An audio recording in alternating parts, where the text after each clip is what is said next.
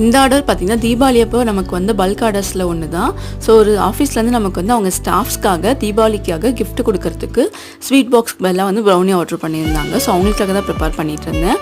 அந்த கஸ்டமர் வந்து ரொம்பவே நல்லா ரிவ்யூ கொடுத்துருந்தாங்க. உங்கள் ஸ்டாஃப்ஸ் எல்லாமே வந்து சாப்பிட்டுட்டு ரொம்ப நல்லா இருக்குது ப்ரௌனி அப்படின்னு சொல்லியிருந்தாங்க.